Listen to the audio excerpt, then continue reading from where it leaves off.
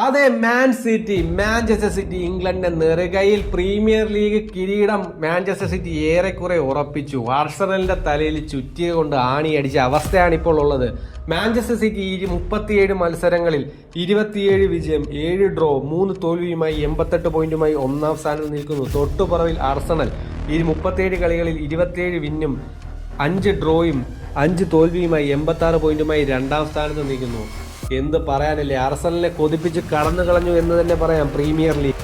ഇനിയുള്ള ഒരു മത്സരം മാഞ്ചസ്റ്റർ സിറ്റിക്ക് വെസ്റ്റ് ഹാമുമായും ആർസണലിന് എവർട്ടണുമായാണ്. ഒന്നും പറയാനില്ല, ഇതിൽ നിന്നൊന്നും പറയാനില്ല. ഇനിയുള്ള മത്സരം മാഞ്ചസ്റ്റർ സിറ്റി വെസ്റ്റ് ഹാമുമായും അതുപോലെ ആർസണൽ നമ്മുടെ എവർട്ടനുമായാണ്. ഇതിൽ രണ്ടുപേരും ജയിച്ചു കഴിഞ്ഞാൽ പോലും മാഞ്ചസ്റ്റർ സിറ്റി കപ്പ് കൊണ്ട് പുറത്തു പോകും എന്ന് തന്നെ വേണം പറയാൻ.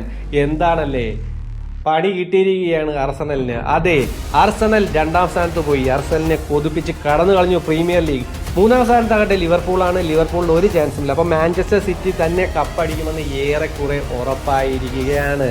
അപ്പോൾ നിങ്ങൾക്ക് എന്ത് തോന്നുന്നു? ആർസണലിന് എന്തെങ്കിലും മാറ്റം സംഭവിക്കുമോ? ആർസണൽ കപ്പടിക്കാൻ എന്തെങ്കിലും സാധ്യതയുണ്ടോ? കമന്റ് ചെയ്യൂ. Follow for more content, travel, movies and football.